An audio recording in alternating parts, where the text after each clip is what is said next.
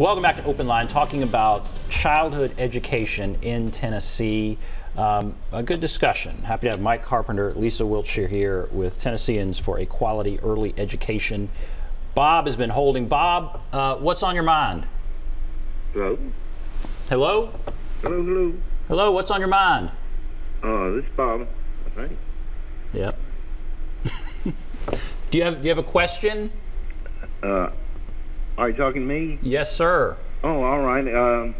Well, quality education, equal education, I don't see it going that way. It's a prediction, but the thing is, like through K-8 or whatever, they should include, or at least have a great a music and arts program, and eating. You know, I remember reading, writing, arithmetic.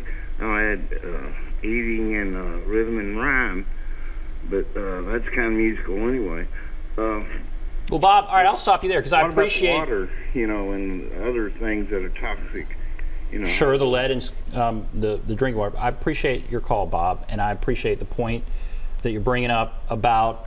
He's talking about, you know, art, music, recess is a big issue. Again, you're talking about early education, younger kids. What do we see across the state, and what are you seeing that we could do better in that regard? Well, I'm glad that that came up because we actually very much believe that in every grade, not just in those early grades, that whatever we're doing with kids needs to be appropriate, and we need to remember that they're children. So for instance, children need to move. Recess is really good for kids, and it's good for their brain development. So especially at those younger ages, those children should be outside every day for a minimum of 45 minutes in the pre-K and kindergarten. That's essential. Movement is important, music is important, art, early childhood education, high quality, really encompasses all of those areas, because we know how vital that is to engage children, keep them engaged. But those experiences are very enriching, and they're rich with literacy and math and science and social studies learning as well. Those are opportunities to teach reading and to teach those things Absolutely. in a way that's fun. Yes. Do we meet those goals across the state? Are they getting enough recess? Do schools have art? Because there was a time where I think we were cutting back on those things. What do you see now statewide? Is it mandated, or is it up to each district? It's not mandated to a certain extent. And so what we've seen are some shifts over time.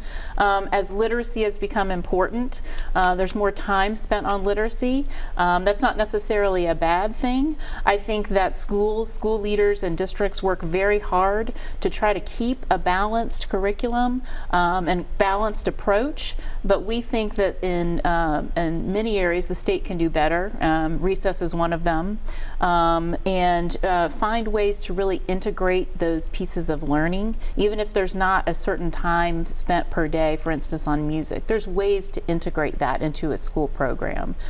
So we would like to continue seeing that across the board, particularly in early education. What you see, I think, is there's so much pressure now on administrators, principals, teachers to get kids proficient on a certain test or at a certain level. And so they say, well, we don't have time for PE. But again, I think big picture thinking, they need that time so they can do better on these things. Is that right? Mm-hmm. I also want to talk about child care. What have you found statewide? Is this one of the real things we need to talk about, deal with? What about child care? So child care, of course, is a big issue. It's a big part of our issues and our policy focus. So a fact that just continues to, every time I say it or share it with somebody, it continues to kind of blow me away, is that there are 300,000 children under the age of 6 in Tennessee that have all available parents or guardians in the workforce. So that means that for a significant portion of the day, those children are in some kind of child care, or whether that be with a relative, whether it be in a traditional child care or daycare setting, or something else, but they're being cared for by other adults, and the quality of that varies wildly. So we're really concerned about what happens during those many hours that those young children are spending in care of another adult or other adults. What does the state need to do with that information? I would agree. I bet it does vary wildly. But what can the state do? What needs to be done with that? The state can actually do a lot.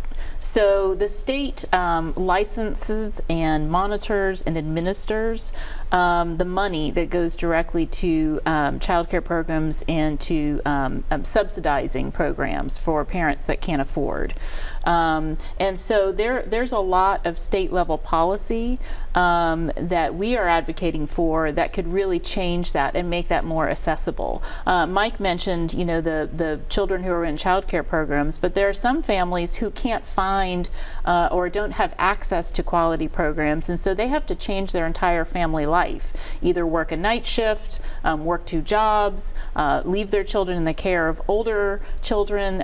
It's a real issue, and we want to make sure first and foremost that our state leaders understand that it's an issue, and we want to see greater accessibility, affordability, and quality in child care across the board. We have to take a break. We'll take a break, come back, basically wrap everything up. Be back right after this.